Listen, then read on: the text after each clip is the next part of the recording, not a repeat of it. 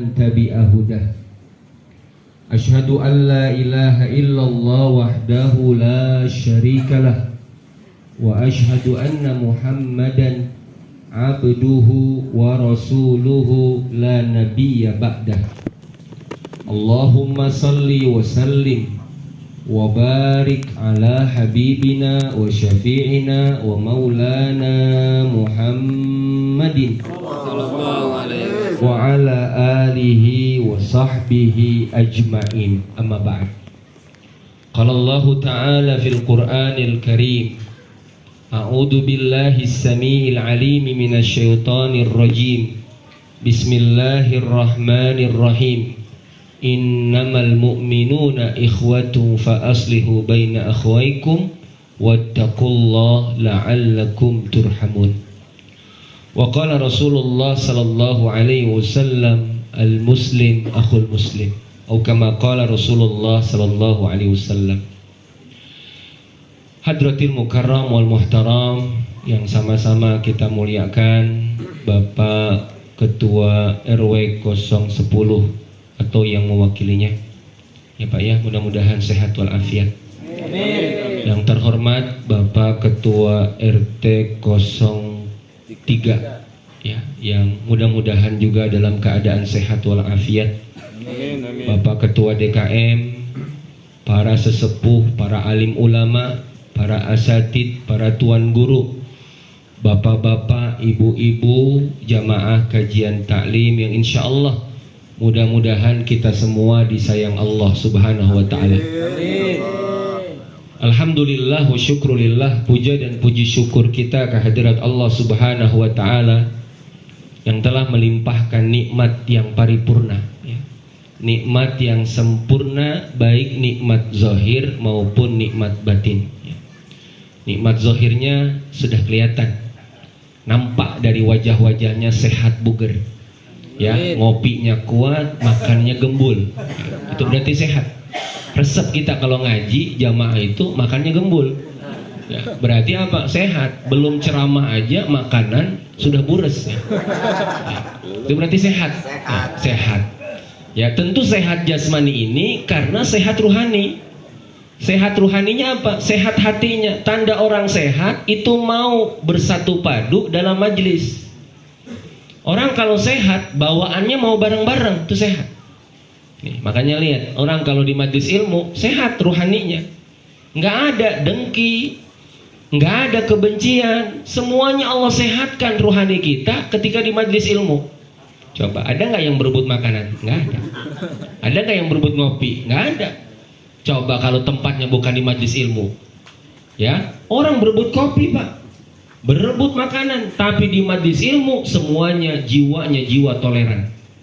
Ya, makanan dikasihin lagi, dioper lagi, disuruh maju ke depan malah nyuruh orang, sono dekat ustaz, situ aja. Kenapa kalau nonton bola kita paling pengen depan, bahkan kita marah kalau tempat duduk kita diambil sama orang, tapi kalau ngaji, masya Allah, kayaknya teh, hey sono, enggak, saya mah di belakang aja. Ya. Ini artinya nikmat zahir berbalut nikmat batin. Itulah kata Allah, walladzi asbaghu alaikum ni'amahu zahiran wa batinah. Dialah Allah subhanahu wa ta'ala yang menyempurnakan bagi kalian nikmat zahir dan nikmat batin. Mudah-mudahan kita semua malam hari ini insya Allah diberikan keberkahan-keberkahan di majelis ini. Salawat salam mudah-mudahan terlimpah curahkan keharibaan Nabi Muhammad sallallahu alaihi wasallam pada keluarga, sahabat, pengikutnya dan juga kita umatnya. Mudah-mudahan kelak mendapatkan syafaat dari baginda Nabi besar Muhammad sallallahu alaihi wasallam. Bapak Ibu jamaah yang dirahmati Allah subhanahu wa ta'ala, dibawa santai saja ya, biar enak, biar ngajinya lama. Karena kalau tegang nanti kelihatannya, mohon maaf ya, kalau dibawa tegang nanti jadi beban. Dibikin santai sambil ngopi, sambil mencicipi, boleh, nggak apa-apa. Kalau jamaah menang di situ. Kalau ustadz pulangnya biasanya menang. Halo, betul nggak itu? Kalau jadi jamaah bisa sambil ngedengar ceramah sambil makan, tahu-tahu habis tuh Senin. Tapi kalau jadi ustadz, walaupun dikasih lengkap, kopinya ada, minumnya ada, saya nggak bisa sentuh. Saya cuma berharap nanti dibungkus di akhirnya. Salah ya, ini contoh aja, ini mah contoh, ya kode. Ya, paham orang kalau kode ya? Iya. Bapak Ibu jamaah yang dirahmati Allah Subhanahu wa taala. Saya tadi tanya-tanya ya kegiatan kita di sini, Masya Allah. Artinya apa di sini? Kita ingin menghadirkan yang namanya al-hub, namanya al-mawaddah, yang namanya cinta dan kasih sayang. Kenapa? Karena agama ini sangat mengajarkan dan memposisikan cinta dan kasih sayang. Kalau kita baca ayat Al-Quran, kita akan temukan banyak ayat-ayat yang berbicara tentang mahabbah, tentang uhuwah. Dan salah satu di antara nikmat Allah Subhanahu wa taala yang Allah ingatkan kepada kita adalah nikmat persaudaraan. Ya, coba kita lihat dalam firman-Nya. Apa kata Allah? Wahai orang-orang beriman, "Udzkuru ni'matallah in kuntum a'da'an fa'allafa baina qulubikum fa asbahtum bi ni'matihi ikhwana." Perhatikan kita. Ingatlah akan nikmat Allah kepada kalian. Apa itu iz kuntum? Dulu kalian sebelum datang Islam, a'daan adalah bermusuh-musuhan. Seringnya tawuran, seringnya ribut, seringnya berantem. Fa'allafa baina qulubikum, maka dengan datangnya Islam, datangnya Rasul, kalian dibuat bersatu hati kalian. Fa'asbahtum bi ni'mati ikhwana, dan kalian menjadi hamba Allah yang bersaudara. Dengan nikmatnya bersaudara. Karena di antara nikmat Allah yang istimewa adalah nikmat persaudaraan. Ini Pak, kita ngerasain hari ini. Ya, guyup begini enak. Sedap Pak, lebih sedap dari kopi hitamnya Pak. Betul nggak itu? Iya. Orang yang nggak bisa bersaudara, hidupnya susah. Ya, orang bisa bersaudara, hidupnya dia akan berkah. Kenapa? Keberkahan ada pada jamaah. Makanya kita hadirkan di sini. Dan cinta ini ada sabab-sababnya. Cinta ini ada jalurnya. Cinta ini ada faktor yang mewujudkannya. Sebagaimana perpecahan juga ada sebabnya. Nah, kalau orang mau menghadirkan cinta, cari jalurnya. Kalau udah ketemu jalurnya, enak Pak. Ini saya tadi belum ketemu jalurnya ke Mega Regensi Pak. Nggak enak Pak. Ya, sini buntu jalannya, ditutup. Balik lagi ke kawasan, diarahin ke tempat yang gelap Pak. Ini jalanan apa bukan? Orang kok nggak ada yang lewat. Balik lagi ke arah kawasan lagi, baru saya Sherlock. Kalau udah ketemu enak, Masya Allah. Baru datang suruh minum kopi, baru datang dikasih buah, ntar pulang dibungkus. Halo, ini contoh doang. Sekali lagi contoh. Jangan diambil apa namanya itu. Jangan diambil serius ya. Kalaupun ada ya alhamdulillah, kalau tidak ada ya insya Allah diadakan insya Allah. Balik kepada tadi, cinta itu ada asbab, mawaddah ada asbab, mahabbah ada asbab, termasuk permusuhan juga ada sebabnya. Maka orang untuk bisa menghadirkan cinta dan kasih sayang, jalurnya ada, asbabnya ada, sabab-sabab, namanya disebut asbabul mahabbah wal mawaddah. Ini harus kita cari, ini harus kita tempuh. Kenapa? Karena ketika kita mampu meraihnya, maka keberkahan, kemuliaan, dan kemenangan insya Allah diraih oleh kaum muslimin. Ini bagaimana caranya? Ada yang namanya asbabul mawaddah, asbabul mahabbah. Yang pertama adalah al-iman billahi ta'ala, iman kepada Allah. Cinta ini asasnya adalah iman. Maka kata Allah, innamal mu'minuna ikhwatun. Sesungguhnya orang mukmin itu bersaudara. Iman ini adalah sabab dari kecintaan. Nanti kita bisa lihat di dalam Quran. Firman Allah Subhanahu wa taala, "Innal ladzina amanu wa 'amilus solihati sayaj'alu lahumur rahmanu wudda." Ya, itu kata Allah Subhanahu wa taala. Hafal ini surat apa? Surat yang ada di dalam Al-Quran. Pintar, Masya Allah. Ini jawaban praktis Pak ya, biar gak lama. Apa katanya? Innal ladzina amanu, sesungguhnya orang-orang yang beriman, wa amilus salihat, dan beramal saleh, saya ja'alul lahumur rahmanu wudda, maka Allah akan menjadikan orang tersebut wudda. Dalam satu tafsir disebutkan wudda itu adalah mahabbatan fi qulubil ibad. Orang itu akan dibuat cinta di hati hamba-hamba Allah. Ya. Kalau ada iman, dia akan ditempatkan oleh Allah di hati para hambanya. Contoh, Nabi kita Nabi Muhammad SAW. Siapa yang gak cinta sama Nabi? Siapa yang gak suka sama Nabi? Siapa yang tidak care sama Nabi? Hampir semua manusia dasarnya cinta sama Nabi. Ya. Itu bisa kita lihat. Iman inilah yang menjadikan seorang hamba mendapatkan mahabbah, kecintaan. Maka dari itu dalam sebuah hadis disebutkan innallaha idza ahabba 'abdan, kalau Allah Subhanahu wa taala cinta kepada seorang hamba, nada Jibril. Allah manggil Jibril. Ya, Jibril ini sayyidul malaikah, junjungannya malaikat. Ya, manusia ini sayyidnya adalah Adam. Ya, Rasul sayyidnya adalah para nabi adalah sayyidnya Rasulullah. Ya, maka kita bilang ya wa ala sayyidina sayyidina Muhammadin. Ya. Kenapa? Karena sayyidul mursalin, junjungannya para rasul itu adalah Rasulullah. Sayyidul ayyam al-jum'ah. Sayyidul malaikah Jibril. Ya. Kenapa? Nabi ini adalah sayyidul mursalin. Jibril ini sayyidul malaikah, dipanggil oleh Allah. Nada Jibril. Kemudian kata Allah, ya Jibril, inni uhibbu fulanan. Wahai Jibril, aku cinta sama si fulan. Bayangan Pak, kalau Allah sudah cinta sama hambanya, itu diungkapkan oleh Allah kepada Jibril. Wahai Jibril, saya suka sama si fulan, saya cinta sama si fulan. Fa'ahibbuh, maka cintai olehmu wahai Jibril si fulan itu. Ini instruksi dari Allah nih. Sehingga apa di situ? Pada ada Jibril ahlas sama, maka Jibril pun memanggil semua penduduk langit. Ya, menyampaikan apa yang Allah sampaikan, sehingga Allah memerintahkan kepada penduduk langit untuk mencintai si fulan ini. Dan Allah letakkan cinta tersebut di hati penduduk bumi. Jadi dari atas melimpah ke bawah. Maka orang ketika menghadirkan iman dalam dirinya, ini adalah sabab kita bisa meraih mahabbah, cinta di antara kaum muslimin. Wujudkan iman.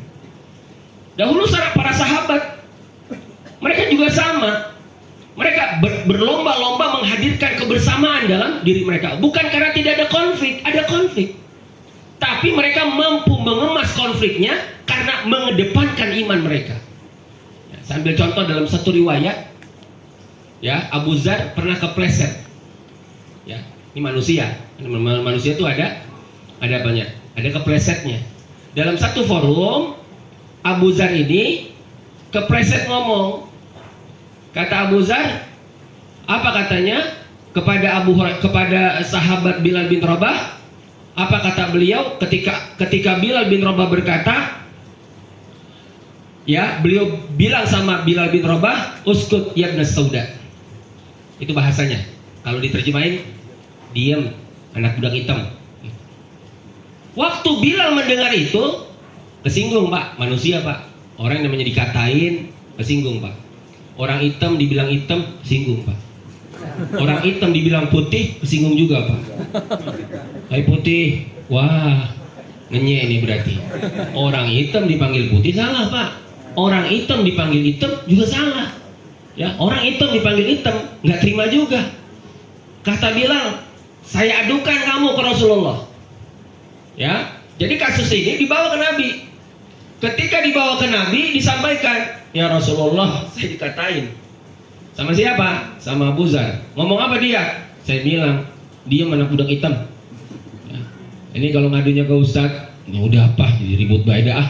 Ya, dibilang hitam, ya udah hitam gitu. Berhubung ke Rasul mengakomodir. Rasul ya menampung aspirasi sahabatnya. Bagaimana caranya? Ya udah, coba kamu panggil orangnya. Dipanggil Pak. Dipanggil itu Abu Dzar, dibawa di hadapan Nabi, ditanya, ya Abu Dzar, wahai Abu Dzar, ya Abu Dzarrin, wahai Abu Dzar, benar nggak kamu bilang perkataan itu kepada Bilal? Iya Nabi. Kenapa Nabi? Benar kamu bilang dia ibnas sauda, anak budak hitam? Iya Nabi. Lah emang anak hitam dia. Apa kata Nabi? Nabi bela. Wahai Abu Zar, inni ra'aituka fika mru'un jahiliyah. Wahai Abu Zar, aku melihat pada dirimu ada penyakit-penyakit jahiliyah. Apa penyakit jahiliyah? Penyakit yang suka ngina orang, ngeremehin orang, meremehkan suku orang, meremehkan daerah orang, meremehkan, mohon maaf, status seseorang. Ya, ini perilaku jahiliyah, Pak. Ya, ini jangan sampai orang itu meremehkan orang lain, kendati mohon maaf dia daerah mana, statusnya apa, nggak boleh. Sehingga Nabi akhirnya mengatakan, kamu berarti masih ada bintik-bintik jahiliyah, masih ada penyakit-penyakit jahiliyah. Kata Abu Zar, ya Rasulullah, bagaimana saya masih bisa jahiliyah sedangkan rambut saya ini udah putih, artinya sudah lama masuk Islam. Ya, paham ini maksudnya? Kadang ada orang yang udah lama memeluk Islam, tapi perilakunya belum menjadi seorang Muslim. Ya, bahasa begitu. Bahkan mungkin ya Rasulullah, rambut saya sudah putih, saya udah lama berislam, tapi kamu masih ada menghina orang lain, merendahkan orang lain. Itu adalah perilaku jahiliyah. Dinasehatin sama Nabi, terima. Kata Nabi, ya kamu gak boleh gitu. Akhirnya Abu Zar menangis, dia panggil Bilal. Bilal, sini. Dipeluk, Pak. Inilah sikap seorang mukmin. Kalau dasar persaudaraan iman, jiwanya lapang. Akhirnya Abu Zar meluk itu Bilal dan meletakkan kepalanya di bawah kakinya Bilal. Tuh, saking dia ngerasa sudah bersalah menodai kehormatan Bilal bin Rabah. Apa katanya? Ya Bilal, tok ala roksi. Wahai Bilal, tok itu artinya injak. Injak kepala saya ini seperti aku menginjak kehormatanmu. Masya Allah. Orang, kalau Bilal orangnya nggak bersih hatinya, Pak. Ya, asli, Pak. Asli, Pak. Itu kepala habis, Pak. Kenapa? Mumpung dikasih kesempatan. Kalau jiwanya pendendam, bagus nih kesempatan, habis diinjak-injak. Tapi tidak dengan Bilal bin Rabah. Walaupun kulitnya hitam, hatinya putih. Kan keren orang. Kulit hitam, hati putih. Kulit putih, hati putih. Kulit hitam, hati hitam. Halo, bahaya. Udah kulit hitam, hati hitam. Kulit hitam, hati putih, dipeluk. Dan Masya Allah, dengan iman inilah persahabatan tetap terjaga. Dengan iman inilah persaudaraan tetap terpelihara. Betapa iman ini menjadi asas dari asas cinta dan kasih sayang. Di riwayat yang lain, ketika ayat turun, wa'tasimu bihablillahi jami'an wa la tafarraqu.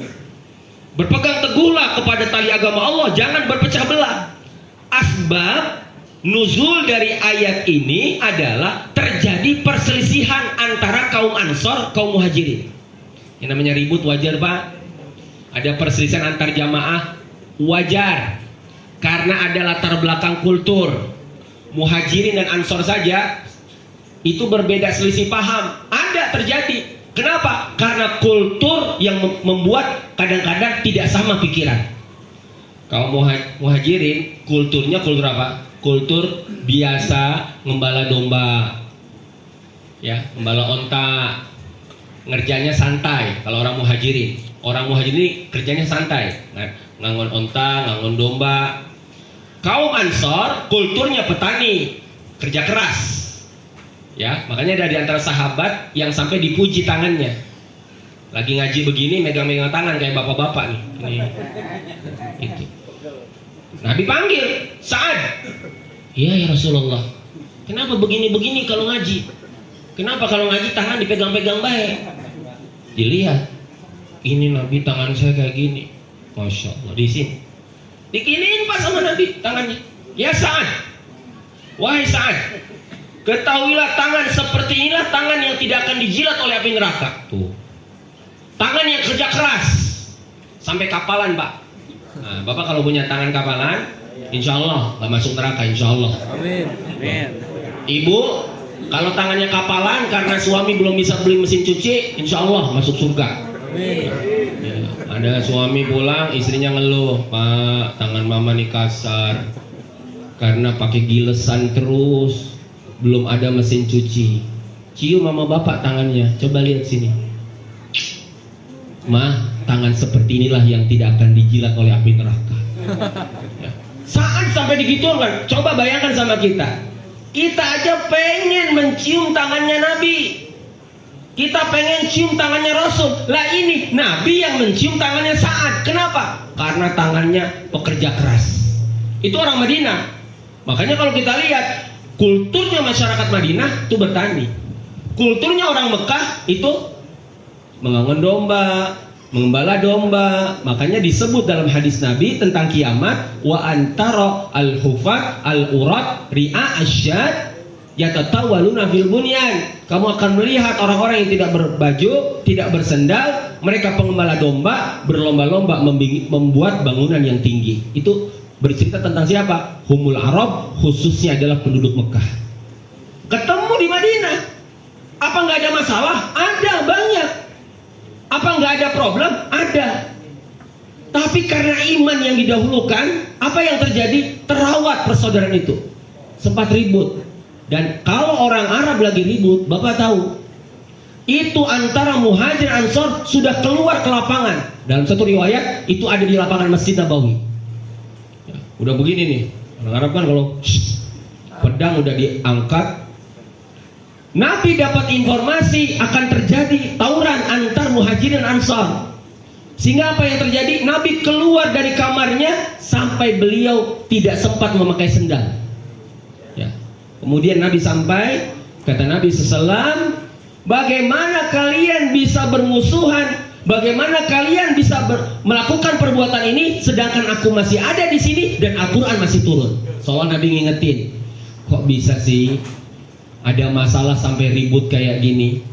Kenapa nggak dibicarakan baik-baik? Kenapa sampai harus ribut? Semua sahabat tertegun, semua sahabat menangis dan menyarungkan kembali pedang-pedang mereka dan mereka pun beristighfar kepada Allah Subhanahu wa taala.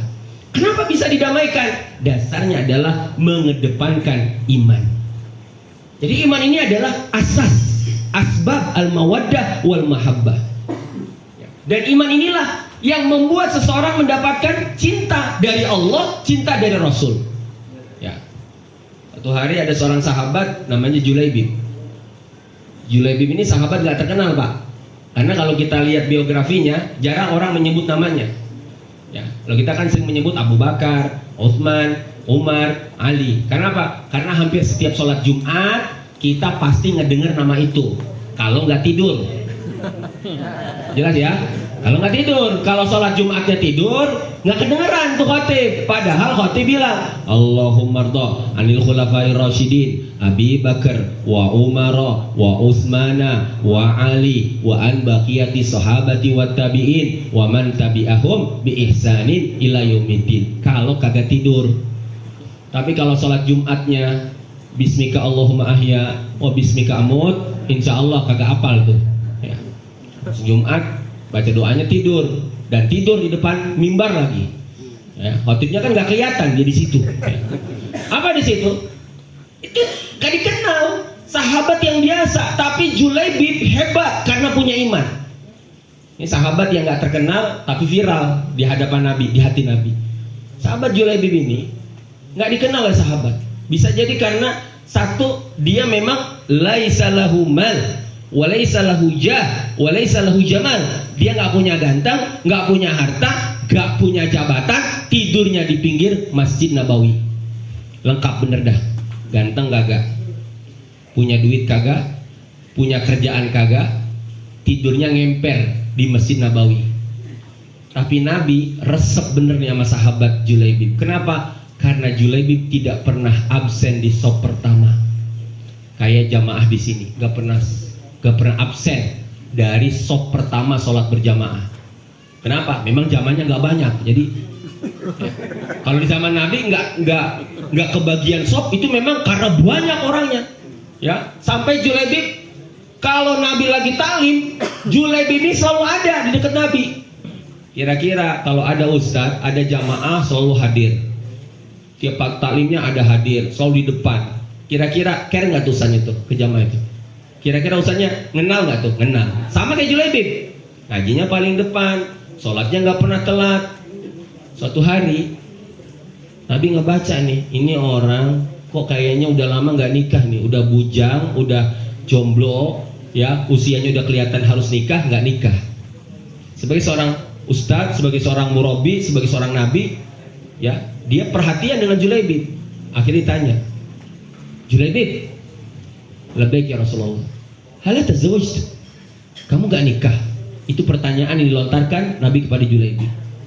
Kata Julaibib, ya Rasulullah, siapa sih laki-laki yang nggak pengen nikah? Nah, saya pengen nikah. Terus masalahnya apa? Masalahnya perempuan mana yang mau demen sama laki-laki kagak ganteng, duit kagak gablek, jabatan kagak gablek, ampe sendal kagak gablek. Ya Allah, kalau udah sendal nggak gablek, itu saking ku apanya Pak?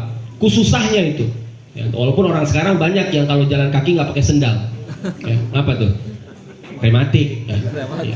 Jadi akhirnya apa? Kata Nabi, halal tazawwaj, kamu gak nikah. Kata Julaibib, ya Rasulullah, saya mau nikah, tapi perempuan mana yang mau sama saya? Karena ada iman nih di hatinya Julaibib. Ditanya lagi 3 kali berturut-turut. Kata Nabi, besok habis taklim kita pergi yuk. Kemana Nabi? Pokoknya diem-diem ge, saya atur. Kata Nabi di bahasa orang Cikarang nih, saya atur. Akhirnya dibawa Pak, gak tanggung-tanggung. Itu Julaibib dibawa sama Nabi ke rumah pembesar kaum Ansor. Nah, bahasa ini pemuka dah, ya tokoh. Dibawa ke situ. Nabi bertamu, diketok pintu, assalamualaikum, waalaikumsalam, marhaban, marhaban, marhaban. Ini sebagai bentuk adab sama Nabi. Ada apa ya Rasulullah? Begini, saya kesini mau melamar putri Anda. Kira-kira resep nggak tuh orang putrinya dilamar sama Rasulullah? Resep nggak tuh? Bangga nggak tuh? Bahagia nggak? Bahagia. Apa kata orang itu?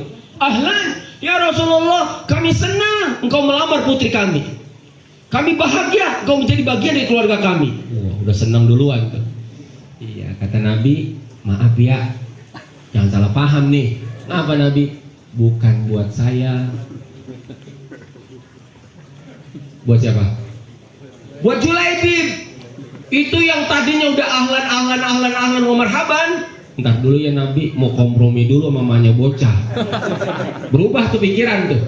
Akhirnya apa? Dia bilang, "Ma, ada apa wahai suamiku? Itu Nabi mau ngelamar anak kita." Lah bagus. Udah langsung terima, nggak ada penolakan. Bukan itu, Ma. Bukan nama Nabi, yang di samping Nabi. Itu yang tadinya jantung udah berbunga-bunga langsung anjlok ke bawah, Pak. Ya. Kenapa? Ini musibah apa anak saya dapat jodohnya kayak gini? Ya. Nah, kita juga kagak mau lah punya anak perempuan cakep, terdidik, terpelajar, kok yang datang, mohon maaf nih, calon suaminya ganteng kagak. Halo? Nggak punya kerjaan, duit kagak gablek, sendal kagak gablek. Ya. Itu kalau yang datang, mohon maaf nih, ditanya, dari mana Tom? Wajah ganteng. Dari mana Tom? Alhamdulillah Bu, saya lulusan universitas bla bla bla bla. Ya. Terus kerjaan, Ibu saya ini guru ngaji, tapi alhamdulillah punya ruko di Jababeka 10 unit, kontrakan 1000 pintu. Jangan ditolak, udah nggak pakai istiqoroh. Ya. Udah laki-laki soleh kalau gitu. Ini enggak, akhirnya apa katanya? Ya udah.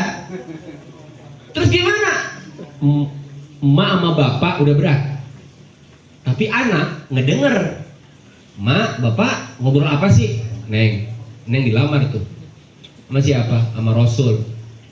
Tuh yang di sampingnya atau Rasulnya.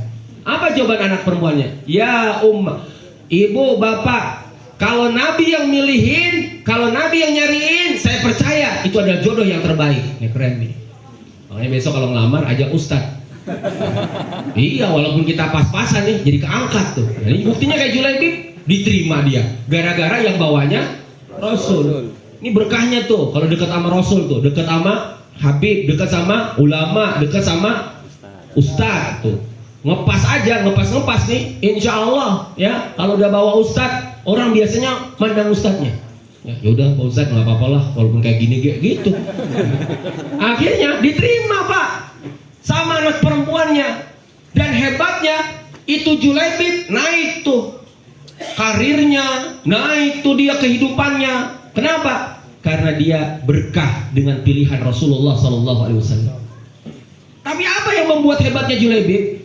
Orang yang membuat hebatnya Julaibib tidak berubah sedikit pun keadaannya ketika dia mendapatkan perintah dari Rasul. Ya, kalau orang lagi susah, wajar deket ke masjid. Habis kemana lagi mainnya, kagak punya duit. Ya nggak? Nah, saya ngajar di perusahaan, Pak, saya udah ciriin tuh. Kalau tanggal tua biasanya ngumpul. Tanggal tua tuh. Kalau tanggal muda makannya pada keluar. Ketemu Pak Ustaz, mau kemana? Mau makan Ustaz. Kan di dalam ada kantin, perbaikan gizi Ustaz. Banyak duit Pak, awal bulan tuh. Majelis salim sepi. Tapi kalau sudah akhir bulan, ATM-nya dia pada kosong. Pengajian penuh Pak. Ya, maka kalau kita perhatikan, orang kalau lagi susah ngerapat ke masjid wajar. Ya, karena kalau dia mainnya di taman, kacang rebus bayar, ngopi bayar. Ya nggak tuh? Coba kalau dia ngikut pengajian, alhamdulillah kopi dapet. Ya, betul nggak tuh? Lontong, hitung-hitung dah, coba dah. Kalau kita hitung lontong 2.000, ini 2.000. Kemudian kalau ke taman 10.000 mah kudu punya duit. Coba kalau ke masjid, alhamdulillah. Belum nanti habis ini makan, biasanya nasi uduk, nasi kebuli. Halo? Betul nggak ya? Akhirnya, mohon maaf ini, itu Julaibib hidup makmur. Orang Pak susahnya kalau hidup makmur itu suka lalai biasanya. Ya, orang kan lalai itu kebanyakan bukan waktu miskin. Justru kebanyakan yang lalai itu di saat dia dalam zona aman. Perhatikan ini, banyak orang berubah itu di saat zona yang nyaman, kekayaan. Maka ujian yang paling berat kadang-kadang bukan kemiskinan. Kadang-kadang bentuk ujian yang paling berat kekayaan. Buktinya Qarun tidak lulus. Waktu susah lulus dia. Waktu miskin lulus. Tapi ketika kaya nggak lulus. Nah, waktu miskin, ya Allah, ibadah rajin. Karena orang di waktu miskin kepekaannya lebih kuat daripada di saat dia kaya. Mohon maaf, ya. Karena dia mau nyari bantuan kan. Kalau orang miskin nyari bantuan, utang lagi numpuk, badan lagi penyakitan, masalah lagi banyak, tagihan bermacam-macam. Larinya kemana? Larinya ke masjid. Kelihatan doanya lebih tinggi banget tangannya. Kelihatan tuh orang kalau udah tingginya doanya tinggi banget tuh, lagi bener-bener hajat. Kan iya kan, orang kalau butuh kan hajat tuh begitu kelihatan dari profilnya. Tapi kalau lagi kaya, rada susah itu. Ya, makanya ngumpulin orang kadang-kadang yang paling gampang itu di saat lagi kering-keringnya ATM Pak. Kenapa? Kalau lagi banyak mainnya di mall. Halo, bukan di sini bukan. Jadi apa di situ? Masya Allah, Julaibib tidak berubah. Sampai akhirnya Julaibib ada undangan melakukan jihad fisabilillah, diundang jihad. Sampailah sahabat, wahai Julaibib, iya, Nabi ngundang engkau, kasih perintah kepada engkau untuk ikut jihad. Apa jawaban Julaibib? Hari ini? Iya. Baik, hari ini saya berangkat. Gak pakai nunda, gak pakai melehoy, gak pakai lele. Hari ini juga berangkat. Kata bininya, Bang, saya siap, saya ridho abang berangkat ke medan jihad. Nih suami istri, nih sama-sama sevisi, soleh-soleha. Ya, dilepas suaminya. Lah kita, laki mau ke masjid ditarik-tarik. Udah apa-apa, kali-kali di rumah Pak. Ya. Kan sholat di ama saya jamaah juga Pak. Ya. Kan harusnya istri ngedorong, suami malas ke masjid, istri ngedorong. Ayo Pak, ke masjid. Aduh capek banget, ya udah mama gendong. Biar suami kita rajin ke masjid. Nah, istri harus bantu suami dalam ketaatan. Suami harus bantu istri dalam ketaatan. Itu namanya keluarga yang Allah berkahi begitu. Akhirnya didorong tuh. Ayo deh Bang, berangkat jihad Bang. Saya siap Bang, saya ridho, saya ikhlas abang berangkat. Berangkat hari itu juga. Dalam imannya kepada Allah, cintanya kepada Nabi, akhirnya berangkat. Karena yang memerintahkan adalah Rasulullah SAW. Dan apa yang terjadi? Di medan pertempuran semangatnya luar biasa. Ya, waktu selesai perang, Julaibib, waktu selesai perang, para sahabat ngitung-ngitung nih berapa pasukan yang gugur. Di absen, bulan bin bulan. Ternyata nama Julaibib kelewat Pak. Tuh saking kagak terkenalnya tuh. Namanya apa yang gak kesebut. Nah ditanya, loh kok absennya nggak ada, orangnya kagak ada.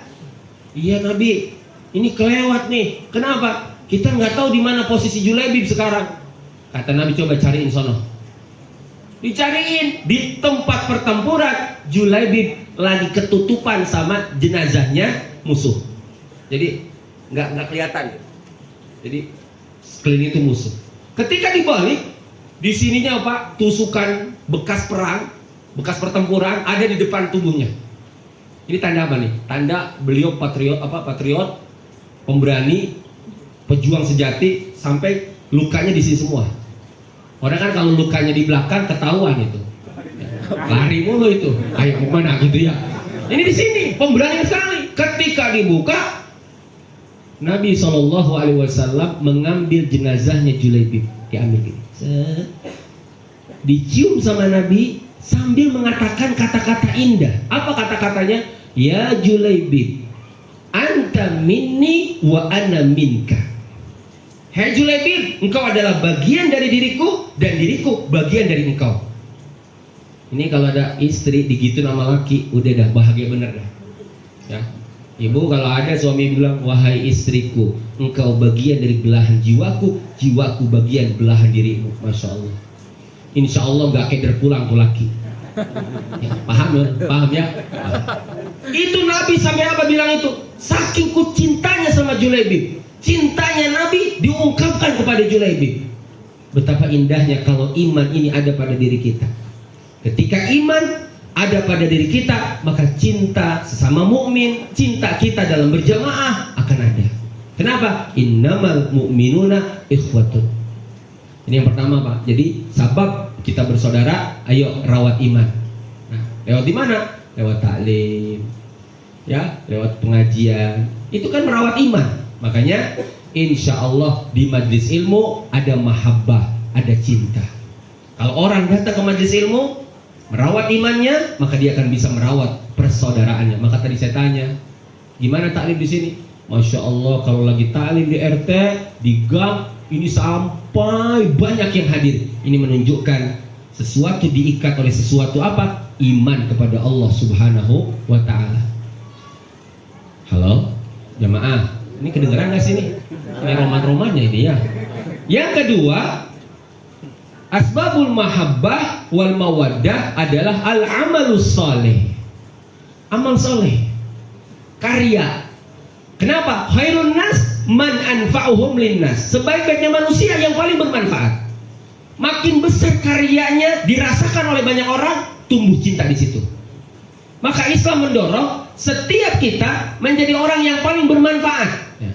Ini kalau kita bahas dalam ilmu tasawuf, para ulama ini berselisih tentang keutamaan ibadah, keutamaan amal. Ada yang bilang amal itu utamanya dilihat dari kezuhudan. Ya, makin amal itu mendorong kita jadi orang zuhud, makin tinggi nilainya. Maka kita perhatikan, ya, bahwasannya amal yang tinggi itu yang nilai zuhudnya tinggi. Makin tinggi nilai zuhudnya, amal itu makin besar. Kata ulama lain, tidak. Amal itu istimewa kalau memiliki nilai apa di situ? Kemanfaatan. Makin besar manfaatnya, makin tinggi nilainya. Jadi kalau kita mencari amal nih, nyari yang manfaatnya banyak. Ya, misalnya, mohon maaf, memberi makan. Manfaat banyak nggak memberi makan? Banyak. Dahulu orang Arab kalau menjamu tamu, serius Pak, itu ternyata tradisi yang bukan dilestarikan dalam Islam. Tidak semua, mohon maaf, tidak semua budaya-budaya sebelumnya itu dihapus. Sebagian dari budaya-budaya yang sudah ada dipelihara oleh Islam. Salah satunya adalah budaya memberi makan. Ya, jadi kalau belakang kita nih, setiap ada acara makan, sebenarnya itu tradisi yang ditradisikan dalam Islam. Tradisi orang-orang dahulu yang sudah ada itu dilestarikan. Karena dulu orang Arab kalau ada tamu datang, pantang tamu tidak makan. Jadi orang-orang kalau nawari makan serius, ya, serius. Tapi kalau orang Indonesia ketika menjamu tamu, kebanyakan, mohon maaf, basa-basi. Mau makan apa? Mau minum apa? Teh, kopi, jus, air putih aja ya, gitu. Ini orang kita nih. Jadi kalau ngasih makan, makannya gitu. Pas tamunya bilang, iya dah, dia kelabakan. Ya Allah, jawabnya iya. Pengen kita jangan gitu, enggak usah. Tapi ternyata jawaban tamu iya. Kalaupun mau nginep, kamarnya disiapkan. Kita mah basa-basi nawarin nginep itu. Sekali nginep ya, nggak usah pulang udah malam. Enggak, pulang aja, nginep aja. Ya udah dah, langsung masuk kamar dia. Waduh bu, parah bu. Kenapa? Tamunya pengen nginep. Tahu tadi nawarin nginep. Kalau orang nawarin makan harus siap makanannya. Kalau nawarin nginep harus siap kamarnya. Itu namanya bukan basa-basi. Saya bergaul dengan beberapa masyayikh dari itu. Sering begitu. Mereka kalau memang ngajakin makan serius, menawarkan makan serius. Ternyata amal yang paling besar manfaatnya itu tinggi nilainya. Kalau Bapak nyari amal, perhatikan dalam Islam. Memberi makan, yang makin besar manfaatnya, makin besar itu amal. Ada sebagian ulama bilang bukan, amal yang paling istimewa yang sesuai dengan waktunya dan sikonnya. Jadi kalau ada orang nyari amal apa yang paling bagus? Kalau amal datangnya tamu, yang paling bagus ngejamu tamu. Jadi Bapak kalau datang tamu, amal yang paling bagus kalau lagi ada tamu, tuh ngelainin tamu. Beli teh botol, kambing guling, ayam bakar, bebek mercon. Halo? Iya. Itu amal yang paling utama. Kenapa? Man kana yu'minu billahi wal yawmil akhir falyukrim dhaifahu. Tamunya dilayani karena tamu lagi datang. Jangan tamu lagi datang, kita baca Quran. Yasin wal Qur'anil hakim. Tamunya kagak dikasih minum. Sampai nunggu dia baca Quran 30 juz, kelengar dia. Ya. Orang kalau datang tamu, layani tamu. Orang kalau lagi Allahu Akbar, Allahu Akbar. Amal yang paling istimewa di saat azan berkumandang adalah mendatangi masjid. Halo, jelas nggak ini? Jelas. Karena orang yang mendatangi masjid di saat azan berkumandang itu pahalanya besar. Masya Allah. Nih di akhirat nanti kaki-kaki kita ini menjadi asar. Apa asar? Asar itu bekas-bekas yang nanti akan Allah catat. Ya, hafal surat Yasin? Gimana kalau kita baca surat Yasin nih? Ya, aduh Ustaz lama amat menurut. Inna nahnu nuhyil mauta wa naktubu ma qaddamu wa asarahum.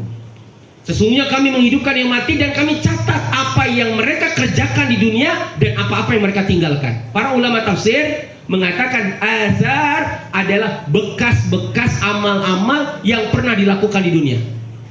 Kata Nabi, azarukum tuktab. Bekas kaki kalian akan dicatat oleh Allah. Ini ternyata ada asbabun nuzul. Ada Banu Salma yang rumahnya jauh dari masjid. Ada di sini rumahnya jauh dari masjid.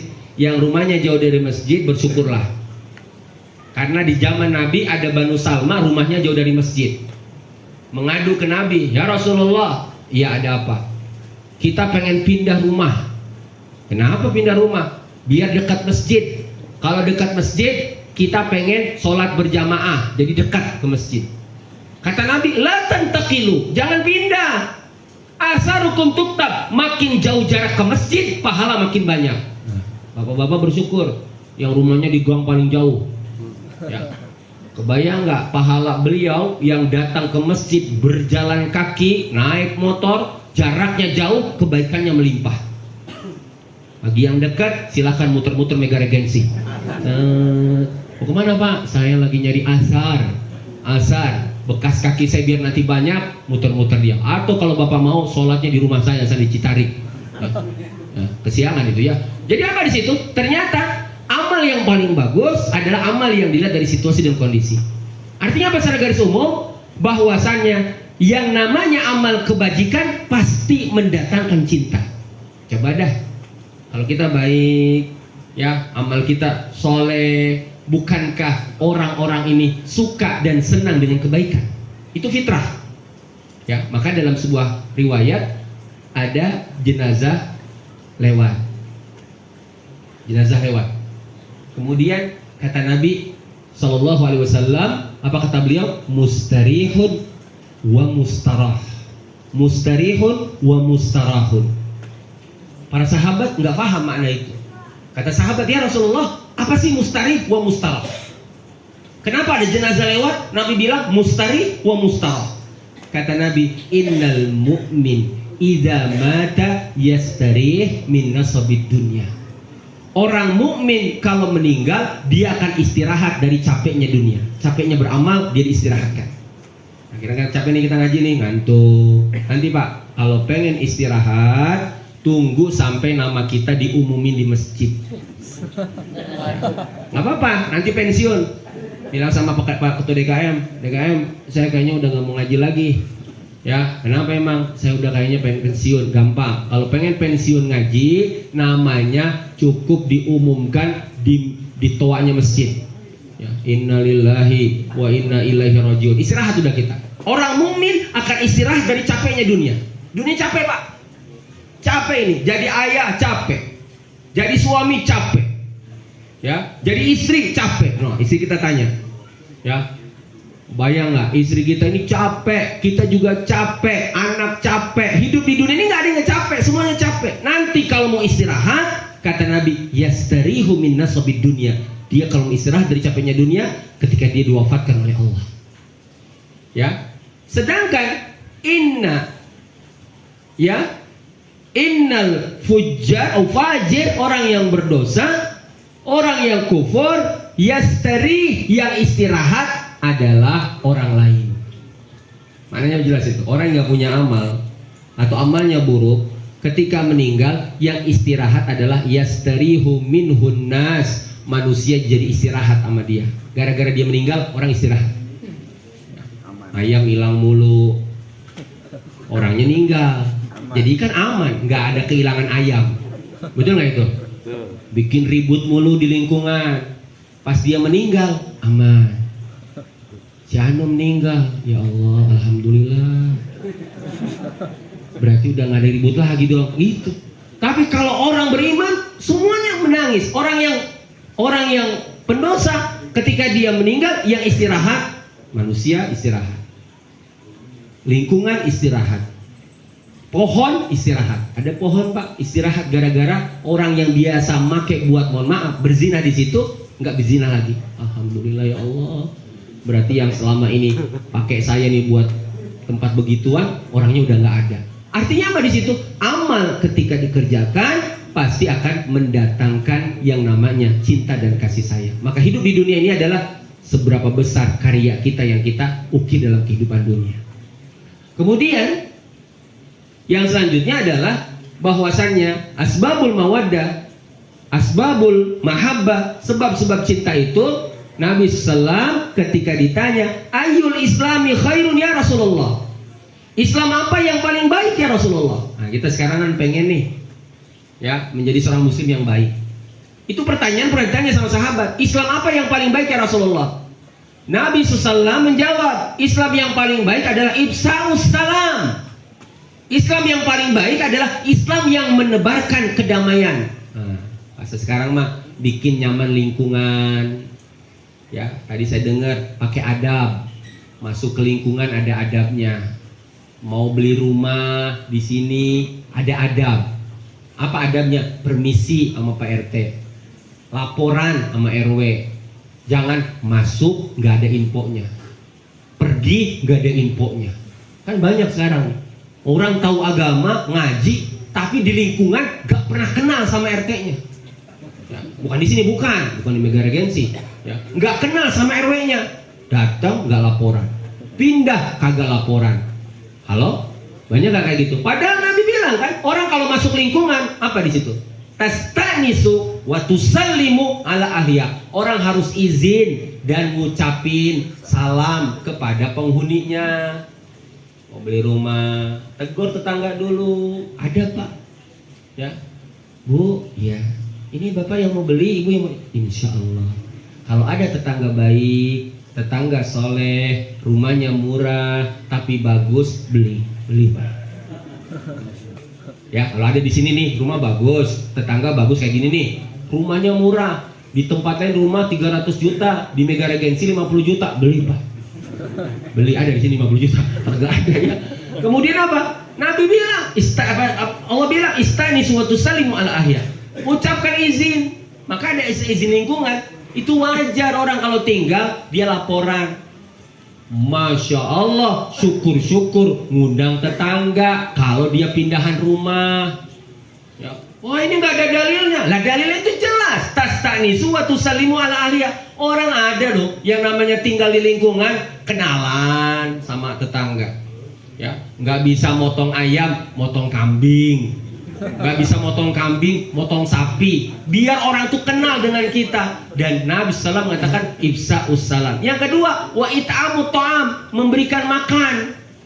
Maka saya sering bilang, kenapa tradisi ini sangat dipegang teguh oleh kita hari ini? Ya, maaf ya. Kenapa sih setiap pengajian kok disiapkan makan? Ada snack. Ya, kenapa harus kayak gitu? Ternyata makanan-makanan yang disiapkan ini adalah makanan yang berbeda. Nasi uduk yang kita makan di acara seperti ini nggak sama Pak sama nasi uduk yang dijualin. Nggak sama. Ya, maka saya kasih bocoran nih. Ya. Ini kalau ada orang pengen berkah, gampang, ikut ngaji aja. Kalau perlu didata pengajian subuh ada berapa masjid nih. Insya Allah itu berkah. Kita bisa efisien hemat selama 30 hari sarapan 20.000 sehari. Saya suka bocorin. Saya punya santri kalau hari Sabtu, Jumat, Sabtu, Ahad saya ajak ngaji. Saya ajak ke Mekarinda, saya ajak ke Pasir Gombong. Saya bilang bahwa santri makan nasi uduk sekali bawa 30 orang sarapan di situ. Berkah Pak, nasi uduknya beda memang. Karena nasi uduk yang disiapkan di tempat taklim adalah nasi uduk yang memiliki nilai lebih barokahnya. Ya, makanya kelihatan. Ya, ini saya jadi suami nikah dengan anaknya kiai saya. Kata dia nih ya, kata istri saya, Di katanya, dulu waktu Umi kecil, alhamdulillah kenyang diempalin berkah. Kata dia. Iya. Terus punya suami ustadz. Sekarang juga kenyang diempalin berkah. Istri saya jadi ustazah juga dan istri saya pun kenyang makan berkah. Saya perhatikan kenapa ini makanan berkah? Karena makanan kalau sudah ketemu pengajian, ini doain nih. Tadi baca Yasin, baca roti, baca ini. Makanya alhamdulillah Pak, kalau kita datang ke pengajian dijamin rezekinya. Betul nggak tuh? Kelihatan nih, seger-seger.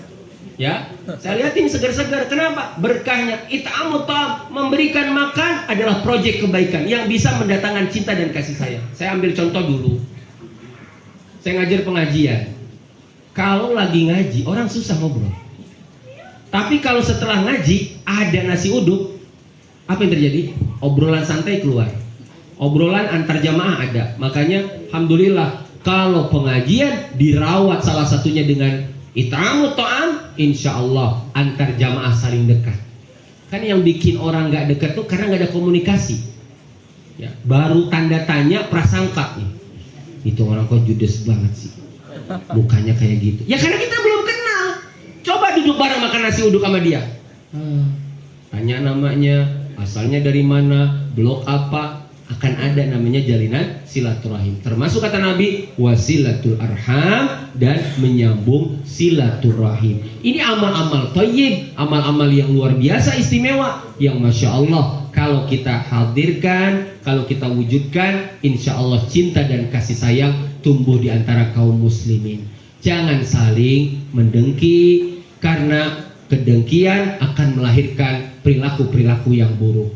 Terus suatu hari Nabi bilang, ntar sebentar lagi akan datang penghuni surga.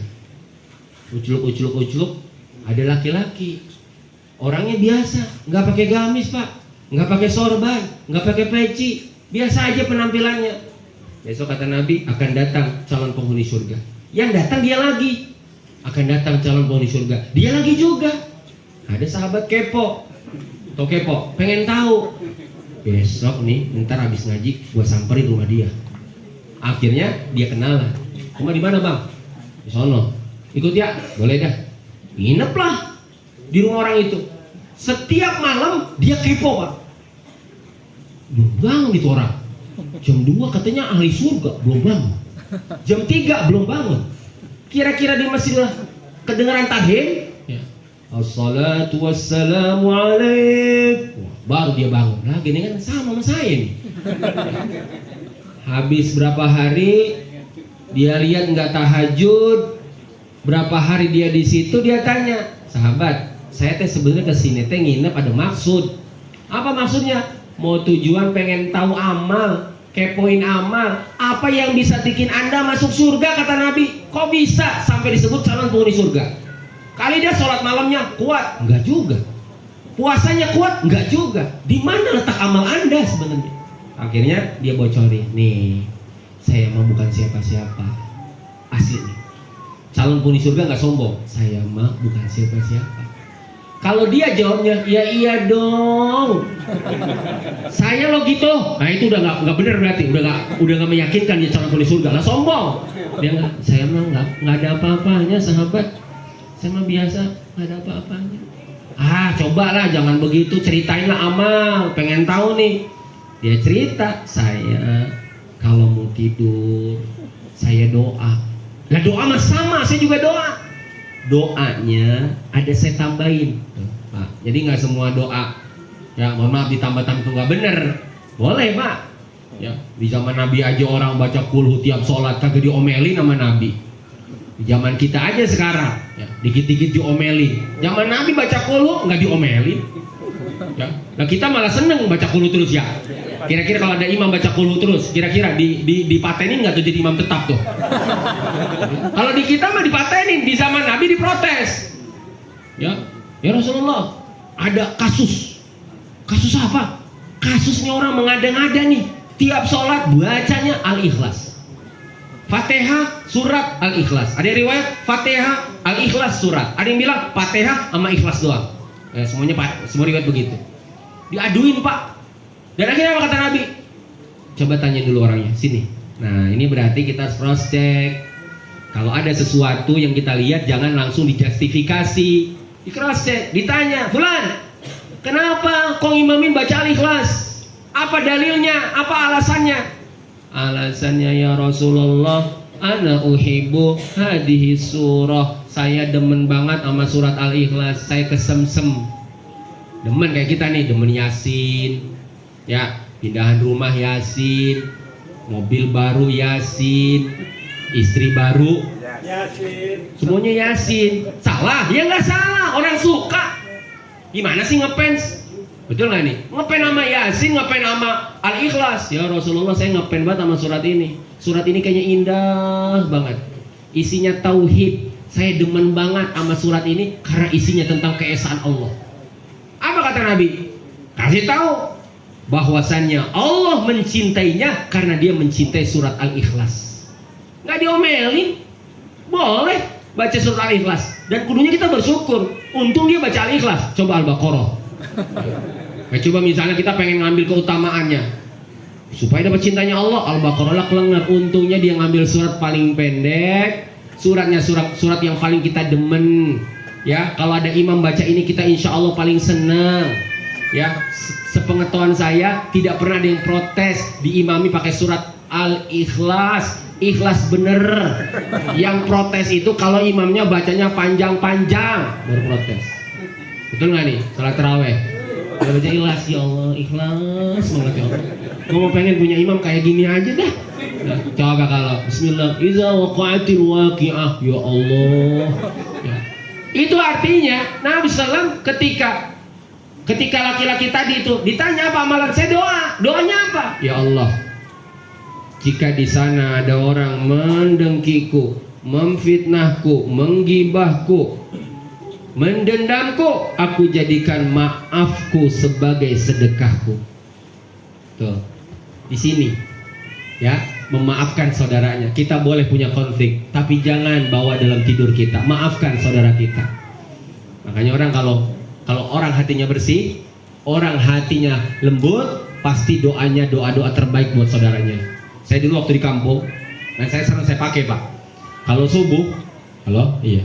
Kenapa kucing udah? Kalau subuh, mohon maaf, saya ingatnya, saya kan pegang pesantrennya. Saya jadi kan anak. Orang kalau banyak ngedoain orang, tanda orang sehat. Orang kalau banyak ngedoain orang, tandanya hati kita sehat, senang sama orang lain tuh senang. Ya, dulu guru saya kalau kita mau subuh, Allahumma ghfir lana wali walidina wali masyaikhina wali jami'il muslimin wal muslimat. Itu doa apa itu? Doa kebaikan, ampunan. Buat siapa? Orang tua.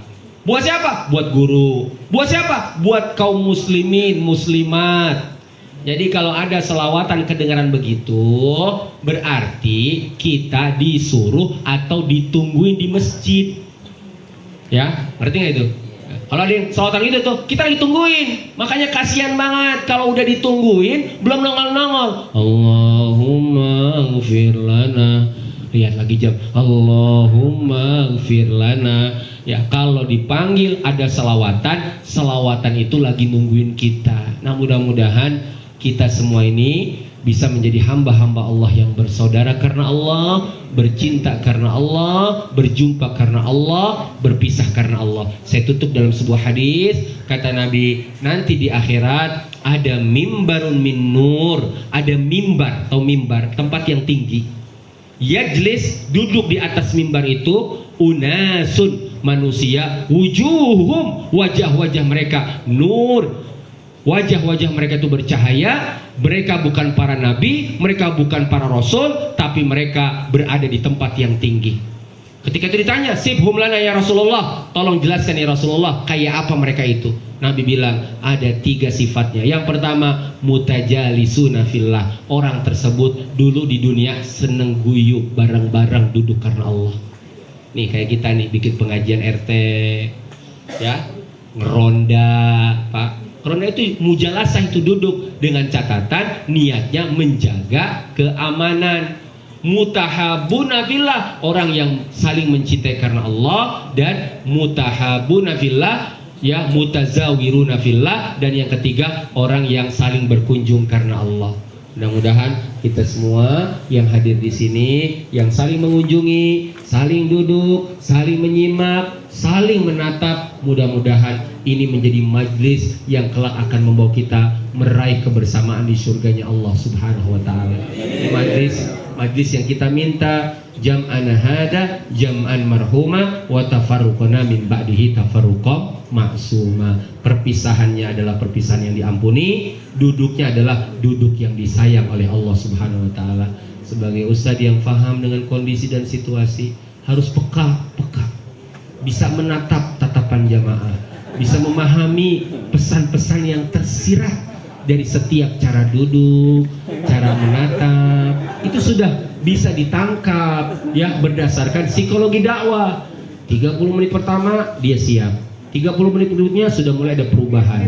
1 jam ke depan closing Pak, sudah kelihatan. Ustaz, lihat apa jam Tad? Lihat Tad gitu. Alhamdulillah saya sudah melihat jam. Mudah-mudahan pertemuan kita ini insya Allah menjadi pertemuan yang Allah berkahi, Allah cintai, Allah ridhoi, dan mudah-mudahan melimpahkan keberkahan buat kita semua. Demikian mungkin tausiah dari saya, tidak panjang lebar, mudah manfaatnya. Saya akhiri, hadanallahu yakum ajmain. Billahi taufiq wal hidayah. Wassalamualaikum warahmatullahi wabarakatuh.